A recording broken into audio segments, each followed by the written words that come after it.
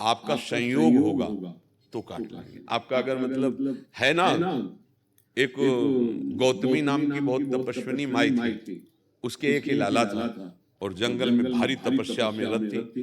वो खेलने के लिए गया तो उसे सांप ने काट लिया और जो वहाँ के व्याध आदि थे उठा के लाए और कहा, देवी आपके पुत्र को किसी जहरीले सांप ने काट लिया। तो बहुत मंत्रवेत्ता थी, तुरंत मंत्रोच्चारण किया और सांप सामने आया और दैवी शक्ति संपन्न थी। उन्होंने कहा, अभी मैं भस्म करती हूँ, तूने मेरे बेटे को क्यों काटा?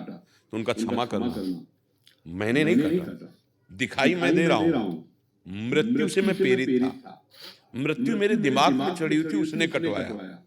सांप वहीं बैठा है। मृत्यु का आकर्षण, महाभारत में भगवान श्री कृष्ण द्वैपायन व्यास देव जी के द्वारा रचित है। मृत्यु का आवाहन किया, मृत्यु देव आए, बोले मैं तुम्हें भस्म कर दूंगी, मेरे बेटे को सांप से प्रेरित करके कटवाया। बोले क्षमा कीजिए, मैं काल से प्रेरित था, मेरा कोई दोष नहीं, काल की आज्ञा से मैंने ऐसा किया, काल को आकर्षित किया।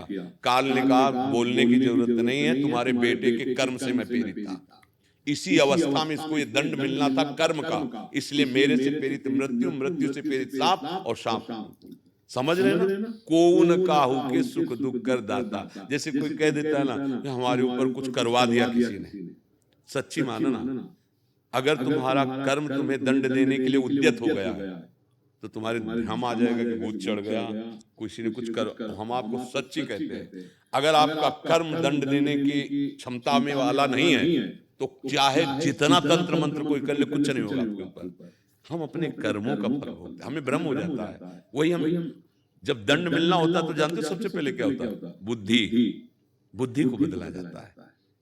बुरी दशा आने के पहले बुद्धि, ए तुमको ये तो चक्कर है, बैठ गया, अब चक्कर है, अब जादू टोना झाड़ फूंक को थप्पड़ चल रहे, पिट रहा, कर्मों को भोग नहीं हो रहा, कर्मों को भोग रहा, चिमटी से पकड़ के उसको नोच रहे। अब वो उसकी बुद्धि काम नहीं कर, सोच रहा है ऐसे हम ठीक हो जाएंगे, उसका कर्म, जहां कर्म भोग ठीक हुआ, सच्ची कहते हैं, अपने आप वो फ्रेश हो जाएगा।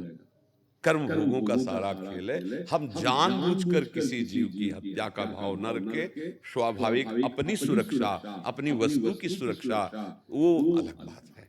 अगर हम जानबूझ के, जैसे पहला शब्द निकला दुश्मन,